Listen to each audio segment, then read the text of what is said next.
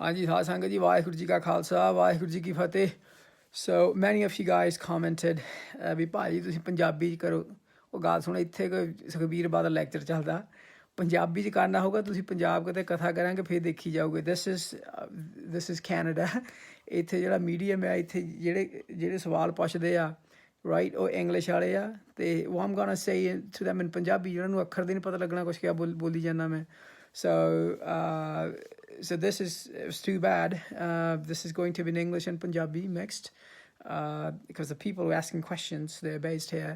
ਦੂਜੀ ਗੱਲ ਇਹ ਆ ਬਈ ਜਿਹੜੇ ਕੁਐਸਚਨ ਸੀਗੇ ਕਈ ਸੀਗੇ ਤੁਸੀਂ ਪੁੱਛੇ, so I'll just go with the ones they got the most they were most asked. Many of you guys asked me about ਨਿਹੰਗਾਂ ਸਿੰਘਾਂ ਦੇ ਵਿੱਚ ਮਜ਼੍ਹਬੀ ਜਿਹੜੇ ਸਿੰਘ ਹੁੰਦੇ ਆ ਉਹ ਕਾਹਤੇ ਨਹੀਂ ਲੱਗਦੇ, ਸੇਵਾ 'ਚ ਨਹੀਂ ਲੱਗਦੇ, ਹੋਰ ਪਾਸੇ ਕਾਹਤੇ ਨਹੀਂ ਲੱਗਦੇ। ਉਹਦਾ ਪਹਿਲੀ ਗੱਲ ਇਹ ਆ ਜਿਹੜਾ ਬੰਦਾ ਅੰਮ੍ਰਿਤ ਛਕ ਲਵੇ ਉਹ ਸਿੰਘ ਆ ਰਾਈਟ। ਅਤੇ ਜਿਹੜਾ ਬੰਦਾ ਅੰਮ੍ਰਿਤ ਛਕ ਕੇ ਸਿੱਖੀ ਨਿਭਾਵੇ, ਜਾਣੀ ਕੇਸ ਨਾ ਕੱਟੇ, don't cut their hair, they don't trim their beard, anything, doesn't consume tobacco in any format, and doesn't commit adultery, that is to engage or to be with someone other than your wife. And then and lastly is one who does not eat halal. They are called Sikhs. ਉਹ ਸਿੱਖੇ ਆ ਜਿਹੜਾ case ਕੱਟ ਲਵੇ, ਤੰਬਾਕੂ ਪੀ ਲਵੇ, ਖਾ ਲਵੇ, ਚੱਬ ਲਵੇ, ਜੋ ਮਰਜ਼ੀ ਕਰੇ, ਹਲਾਲ ਖਾ ਲਵੇ ਅਤੇ ਪਰ ਨਾਰੀ ਨਾਲ ਭੋਗ ਕਰ ਲਵੇ ਜਾਂ ਗਲਤ ਕੰਮ ਕਰ ਲਵੇ। And that's it. Guru Gobind Singh ji said have nothing to do with it. ਨਿਸ਼ਾਨੇ ਸਿੱਖੀ ਹੀ 5 ਹਰਫੇ ਕਾਫ, ਹਰਗਿਜ਼ ਨਾ ਮਾਫ, ਇਹ 5 ਮਾਫ। ਅਤੇ ਇੱਕ ਤਾਂ ਜਿਹੜੇ ਤੁਹਾਡੇ ਆ ਕੱਛ ਕੜਾ ਕੇਸ ਕਰ ਦੋ ਕਿਰਪਾਨ, ਜਿਹੜੇ ਵੀ ਆਪਣਾ ਪੰਜਾਂ ਕਕਾਰਾਂ ਵਿੱਚ ਧਾਰਨੀ ਹੋਵੇ ਰਾਈਟ।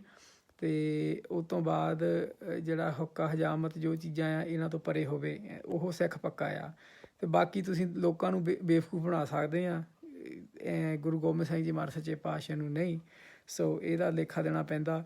ਸੋ ਗੱਲ ਇਹ ਸੀਗੀ ਵੀ ਮਜ਼੍ਹਬੀਆਂ ਨੂੰ ਜਾਂ ਕਹਿ ਲਓ so called low caste was not allowed to do langar seva, ਕਿ ਇਹਨਾਂ ਵਿੱਚੋਂ ਬਹੁਤੇ ਬੰਦੇ ਦਾ ਖਾਣ ਪੀਣ ਸੀਗਾ ਉਹ ਮਰਿਆਦਾ ਤੋਂ ਬਾਹਰ ਹੁੰਦਾ ਸੀਗਾ, ਜਾਣੀ ਸਿੱਖੀ ਸਿੱਖ ਸੱਜ ਜਾਂਦੇ ਸੀਗੇ ਪਰ ਫਿਰ ਵੀ ਤੰਬਾਕੂ ਖਾਂਦੇ ਸੀਗੇ right. Tradition not all of them, a few of them. ਅਤੇ ਉਸ ਤੋਂ ਬਾਅਦ ਇਹ ਜੂਠ ਦਾ ਪੈਰਾ ਹੁੰਦਾ, ਇੱਕ ਪਾਸੇ ਭਾਂਡਾ ਰੱਖ ਲੈਂਦੇ, ਵਿੱਚ ਹਰੇਕ ਕੁਛ ਪਾ ਕੇ ਖਾਈ ਜਾਂਦਾ ਹੱਥ ਪਾ ਕੇ। ਸੋ ਉਹ ਜਿਹੜੀ ਰੀਜ਼ਨਸ ਕਰਕੇ ਪਰੇ ਰੱਖਦੇ ਸੀਗੇ। ਪਰ ਆਪਾਂ ਹੁਣ ਆਪਣਾ ਜੀਵਨ ਦੇਖ ਲਓ, ਮੈਂ ਕਹਿੰਦਾ ਹੋਰ 10 ਕੁ ਸਾਲ ਠਹਿਰ ਜਾਓ, ਜਿੰਨੇ ਬਰੈਂਪਟਨ ਦੇ ਬੱਚੇ ਆ ਇਹਨਾਂ ਦੇ ਜੇ ਗਾਹਾਂ ਬੱਚੇ ਹੋ ਗਏ, ਜੇ ਇਹਨਾਂ ਨੂੰ ਵੀ ਕਿਸੇ ਲੰਗਰ 'ਚ ਨਹੀਂ ਪਾਉਂਦੇ ਆ ਕਰਨਾ। ਇਹ ਬਹੁਤੇ ਇੱਥੇ ਪੱਗਾਂ ਵਾਲੇ ਬੱਚੇ ਸਿਗਰਟਾਂ ਪੀ ਜਾਂਦੇ, ਜਿਹੜੀ ਉਹ ਵੇਪ ਕਰੀ ਜਾਂਦੇ ਆ ਰਾਈਟ। ਸੋ ਹੋਰ ਤੁਸੀਂ 10 ਕੁ ਸਾਲ ਠਹਿਰ ਜਾਓ, ਇਹਨਾਂ ਨੂੰ ਵੀ ਨਹੀਂ ਕਿਸੇ ਲੰਗਰ 'ਚ ਲੱਗਣ ਦਿਆ ਕਰਨਾ। Because this is so stupid and this is epidemic. ਇਹ ਸਾਡੇ ਪੰਥ ਨੂੰ ਸੋਚਣਾ ਪੈਣਾ, ਸਾਡੇ ਲੋਕਾਂ ਨੂੰ ਸੋਚਣਾ ਪੈਣਾ that most kids start smoking outside in the west. ਜਿਹੜੀ ਚੀਜ਼ਾਂ ਕਰਕੇ ਮਜ਼੍ਹਬੀਆਂ ਨੂੰ ਹੇਟ ਕਰਦੇ ਸੀਗੇ। ਮਜ਼੍ਹਬੀਆਂ ਨੂੰ ਹੇਟ ਕਾਹਦੇ ਕਰਦੇ ਸੀ ਲੋਕ ਵੀ ਇਹ ਸਿਗਰਟਾਂ ਪੀਂਦੇ ਆ, ਜਰਦਾ ਖਾਂਦੇ ਆ, ਤੰਬਾਕੂ ਖਾਂਦੇ ਆ, ਤਾਂ ਕਰਕੇ ਅਸੀਂ ਇਹਨਾਂ ਨੂੰ ਆਪਣੇ ਘਰਾਂ 'ਚ ਨਹੀਂ ਬਾੜਨਾ, ਆਪਣੇ ਨਾਲ ਉੱਠਣੀ ਬੈਠਣੀ, ਬੇਟੀ ਰੋਟੀ ਸਾਂਝ ਨਹੀਂ ਕਰਨੀ।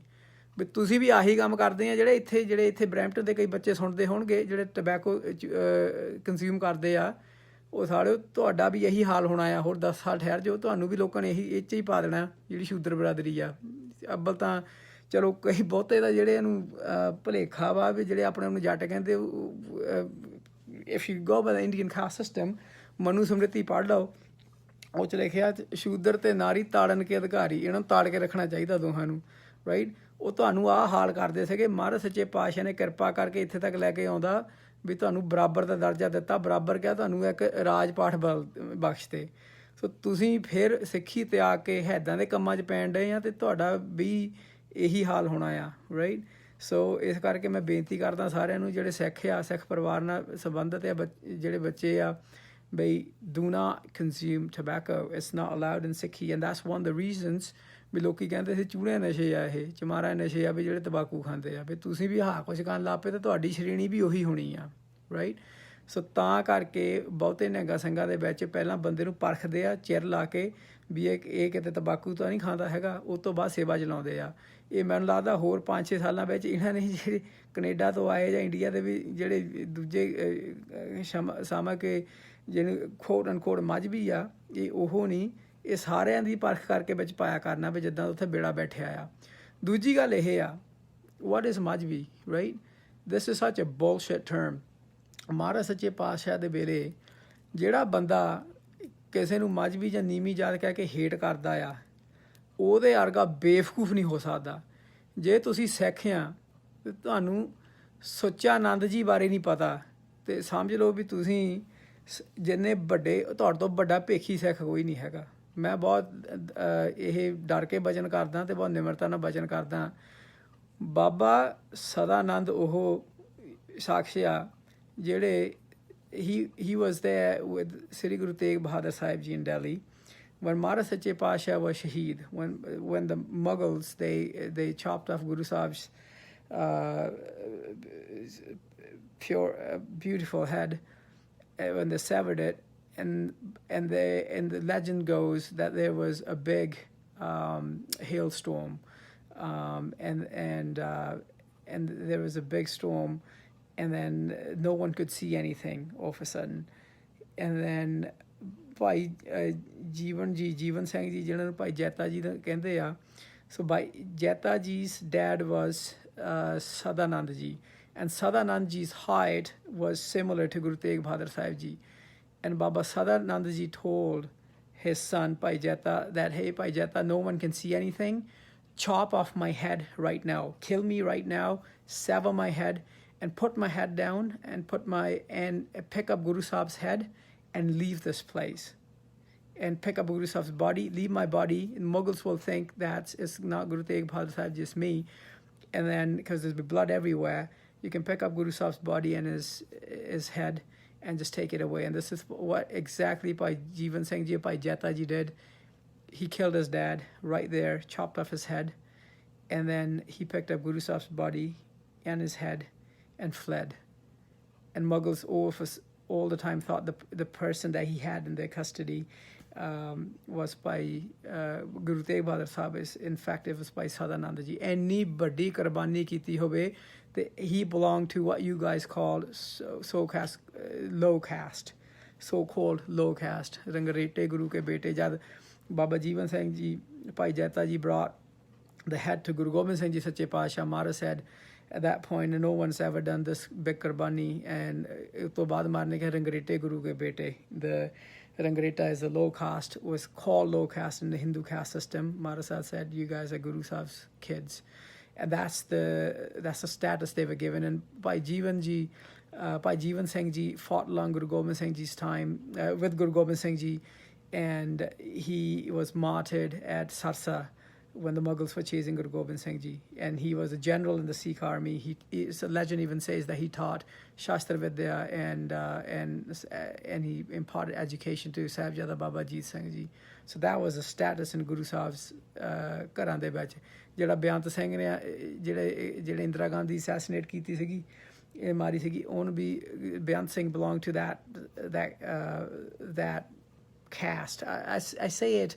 See, I didn't even say caste in Sikhi because when I remember, ਮੈਂ ਕਿਸੇ ਨਿਹੰਗ ਸਿੰਘ ਨਾਲ ਬਚਨ ਕੀਤਾ ਸੀਗਾ ਛੋਟੇ ਹੁੰਦੇ ਦੇ, ਮੈਨੂੰ ਹਾਲ ਤੱਕ ਯਾਦ ਹੈ bੜੀ clearly. And after that, I never used anything other than sing. And he asked me I think it was Hariyan Beli or maybe at Anandpur Sahib. I don't remember exactly. Or maybe it was a Namashar, I don't remember.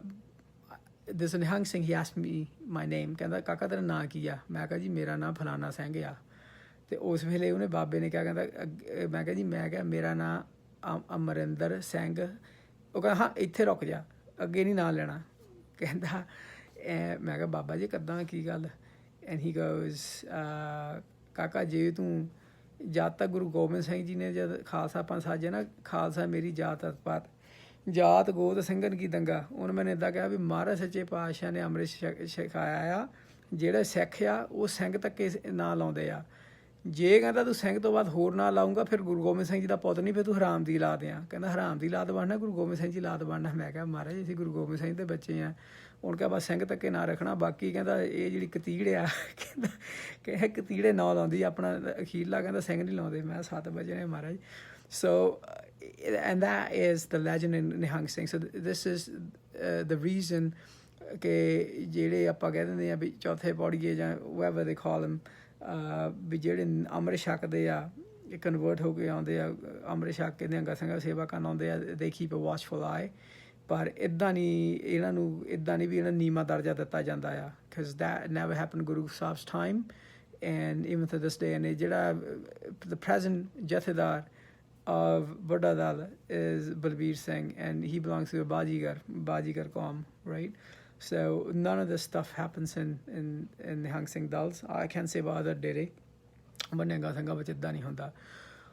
ਹੋਰ ਦੂਜਾ question ਹਰੇਕ ਨੇ ਪੁੱਛਿਆ ਜੀ ਉਹ ਆ ਬਈ ਮਾਸ ਬਾਰੇ ਜਾਂ ਗੱਲ ਜਾਂ ਇੱਕ ਜਿਹੜਾ ਛਤਰਧਾਰ ਬਾਰੇ ਜੇ ਇਹਦੇ ਬਾਰੇ ਸੁੱਖੇ ਬਾਰੇ ਤਾਂ ਅਫੀਮ ਬਾਰੇ ਓਪੀਐਮ ਬਾਰੇ। ਓਕੇ ਵੈਰੀ ਕੁਇਕਲੀ ਜਿਹੜਾ ਮਾਸ ਆ ਮਾਸ ਦਾ ਅਧਿਕਾਰੀ ਹੁੰਦਾ ਹੈ ਯੋਧਾ ਰਾਈਟ। ਇਹ ਦੋ ਸਕੂਲ ਆਫ ਥਾਟ ਆ ਜੇ ਅਸੀਂ ਮੈਂ ਜਥੇਦਾਰ ਬਾਬਾ ਨਿਹਾਲ ਸਿੰਘ ਜੀ ਹਰੀਆਂ ਬੇਲਾਂ ਵਾਲਿਆਂ ਨੂੰ ਉਹ ਵੀ ਬਹੁਤ ਵੱਡੇ ਵਿਦਵਾਨ ਆ ਸਿੱਖ ਪੰਥ ਦੇ ਨਿਹੰਗਾਂ ਸਿੰਘਾਂ ਦੇ ਮੁਖੀ ਸਿੰਘਾਂ ਵਿੱਚੋਂ ਨੇ। ਮੈਂ ਬਾਬਾ ਜੀ ਨਾਲ ਬਚਨ ਕੀਤਾ ਬਾਬਾ ਜੀ ਕਹਿੰਦੇ ਵੀ ਪਹਿਲਾਂ ਸਮੇਂ ਵਿੱਚ ਜਿਹੜਾ ਕੁੱਠਾ ਸੀਗਾ ਮੀਟ ਉਹਨੂੰ ਹੀ ਕਹਿੰਦੇ ਸੀਗੇ ਅਤੇ ਝਟਕੇ ਜੀ ਇਜਾਜ਼ਤ ਨਹੀਂ ਹੁੰਦੀ ਸੀ ਮੁਸਲਮਾਨਾਂ ਦੇ ਰਾਜ ਦੇ ਵਿੱਚ। ਸੋ ਮਹਾਰਾਜ ਨੇ ਤਾਂ ਕਿਹਾ ਸੀ ਮੀਟ ਨਹੀਂ ਖਾਣਾ ਉਹਨੂੰ ਕਹਿੰਦੇ ਸੀ ਕੁੱਠਾ ਨਹੀਂ ਖਾਣਾ ਰਾਈਟ। ਅਤੇ ਇਹ ਮਹਾਂਪੁਰਸ਼ਾਂ ਨੇ ਹੁਣ ਵੀ ਜਿਹੜਾ ਲਾਗੇ ਸਮਾਗਮ ਹੋਇਆ ਪਿਛਲੇ ਦਿਨਾਂ ਦੇ ਵਿੱਚ ਉਹਦੇ ਵਿੱਚ ਵੀ ਉਹਨਾਂ ਨੇ ਇਹ ਕਥਾ ਵਿੱਚ ਕਿਹਾ ਆ ਵੀ ਗੁਰੂ ਗ੍ਰੰਥ ਸਾਹਿਬ ਜੀ ਮਹਾਰਾਜ ਦੇ ਵਿੱਚ ਮੀਟ ਖਾਣ ਦੀ ਇਜਾਜ਼ਤ ਨਹੀਂ ਹੈਗੀ ਅਤੇ ਨਾ ਹੀ ਆਂਡੇ ਖਾਣ ਦੀ ਇਜਾਜ਼ਤ ਆ ਰਾਈਟ। ਸੋ ਇੱਕ ਤਾਂ ਨਿਹੰਗਾਂ ਸਿੰਘਾਂ ਦਾ ਇਹ ਮੱਤ ਆ। ਦੂਜਾ ਮੱਤ ਇਹ ਆ ਕਿ ਬਾਬਾ ਇੰਦਰਜੀਤ ਸਿੰਘ ਰਕਬੇ ਵਾਲੇ ਮਹਾਂਪੁਰਸ਼ਾਂ ਨੇ ਬਚਨ ਕੀਤਾ ਸੀਗਾ ਮੈਨੂੰ ਐਂਡ ਹੀ ਟਕਸਾਲ ਦੇ ਵੀ ਸਿੰਘ ਨਿਰਮਲਾ 'ਚ ਵੀ ਰਹਿੰਦੇ ਉਦਾਸੀਆਂ ਵਿੱਚ ਵੀ ਰਹਿੰਦੇ ਇਸ ਵੈਰੀ ਸੈਕੂਲਰ ਵਿਦਵਾਨ। ਉਹਨਾਂ ਨੇ ਬਚਨ ਕੀਤਾ ਸੀਗਾ ਵੀ ਜਿਹੜਾ ਮਾਸ ਦਾ ਅਧਿਕਾਰੀ ਹੁੰਦਾ ਆ ਉਹ ਯੋਧਾ ਹੁੰਦਾ ਆ। ਇਹ ਗ੍ਰਹਿਸਤੀ ਦਾ ਅਤੇ ਇਹ ਕਿਸੇ ਵਿਹੰਗਮ ਦਾ ਅਤੇ ਭਗਤ ਦਾ ਇਹ 'ਤੇ ਅਧਿਕਾਰ ਨਹੀਂ ਹੈਗਾ। That means if you live a lifestyle of a warrior, and that does not mean that you train martial arts and come sleep at home. It's the one who does seva outside with the Dalapanth and live a warrior lifestyle like an actual soldier, actual knight. ਉਹਨੂੰ ਮਾਸ ਦੀ ਇਜਾਜ਼ਤ ਆ if he wants to, but ਜਿਹੜਾ ਘਰ ਰਹਿੰਦਾ ਆ ਭਗਤੀ ਕਰਦਾ ਆ ਉਹ ਬਾਜ਼ਾਰਾਂ ਤੋਂ ਜਾ ਕੇ ਮੀਟ ਖਾਣਾ ਉਹ ਬੱਜਰ ਕਰਿਆ ਤੇ ਆ ਉਹ ਪ੍ਰਵਾਨ ਨਹੀਂ ਹੈਗੀ। So and this is how he explained it. ਬਾਕੀ ਗੱਲ ਆ ਵੱਡੀ ਵਿਚਾਰ ਹੈ ਜਿਹੜੀ ਤੁਸੀਂ ਗੱਲ ਪੁੱਛਦੇ ਆ ਵੀ ਅਫੀਮ ਦੀ ਤਾਂ ਭੰਗ ਦੀ। ਪਹਿਲੀ ਗੱਲ ਆ ਕਿ ਪਹਿਲੇ ਪੁਰਾਣੇ ਜ਼ਮਾਨੇ ਵਿੱਚ there were no Tylenol 3s, there were no anesthetics, there was nothing. When Sikhs used to fight, they used to have neem leaves. There's a tree in India called neem. They used to boil it, but they called it chpake. They used to boil it, and the water of that was deemed antiseptic. And when Sikhs used to fight, they would come back. There were Sikhs, they had different duties, different roles within the war. ਜਿਹੜੇ ਫੱਟੜ ਸਿੰਘ ਆਉਂਦੇ ਸੀਗੇ ਉਹਨਾਂ ਨੂੰ ਨੀਮ ਦੇ ਜਿਹੜਾ ਪਾਣੀ ਹੁੰਦਾ ਸੀਗਾ ਨਿੰਮ ਦੇ ਪਾਣੀ ਨਾਲ ਉਹਨਾਂ ਨਵਾ ਕੇ ਇਸ਼ਨਾਨ ਕਰਕੇ ਉਹਨਾਂ ਦਾ ਜਿਹੜਾ ਫੱਟ ਲੱਗਾ ਹੁੰਦਾ ਸੀਗਾ ਜਿੱਥੇ ਇੰਜਰਡ ਹੋਏ ਹੁੰਦੇ ਸੀਗੇ they used to kill the jar of the steel so they don't get septic and then or tetanus or whatever. ਉਸ ਤੋਂ ਬਾਅਦ ਉਹਨੂੰ and they used to wrap it up with the neem leaf so it stays antiseptic and then they used to give them a bowl of grinded cannabis juice, a tonic, and it's just to calm him down so he doesn't feel the pain and he would go to sleep. And then opium is Tylenol 3, edible, they all have opium in it. ਜਿਹੜੀ codeine ਹੁੰਦੀ ਆ ਉਹ ਹਰੇਕ ਵਿੱਚ ਪੈਂਦੀ ਆ ਭਾਵੇਂ ਥੋੜ੍ਹੀ ਮਾਤਰਾ ਪੈਂਦੀ ਆ। In India, codeine was used by Vads all the time. So when you read about the historical text, ਜੇ ਤੁਸੀਂ ਇਤਿਹਾਸ ਪੜ੍ਹਦੇ ਆ opium really is codeine, is edible. And then yes, it's very addictive ਜੇ ਤੁਸੀਂ ਨਸ਼ਾ ਕਰਦੇ ਆ, but it's also used in medicine. So the references in there are medicinal. So is cannabis. Cannabis is a tonic in Ayurveda, right? Yes, you abuse it and then it's not allowed, but cannabis in itself is just a tonic and it's a medicine. So ਮੈਂ ਆਸ ਕਰਦਾ ਆ ਵੀ ਜਿਹੜੇ ਲੋਕਾਂ ਨੂੰ ਭੰਗਾਂ ਦੇ opium ਬਾਰੇ ਇੱਦਾਂ ਦੇ ਸ਼ੰਕੇ ਪੈਦਾ ਆ ਉਹ ਪਹਿਲਾਂ ਇਤਿਹਾਸ ਪੜ੍ਹਨ।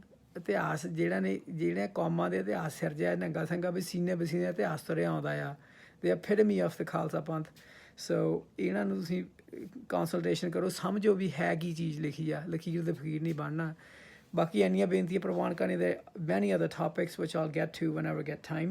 It's getting too late here. I should go to bed And with that, Waheguru Ji Ka Khalsa, Waheguru Ji Ki Fateh.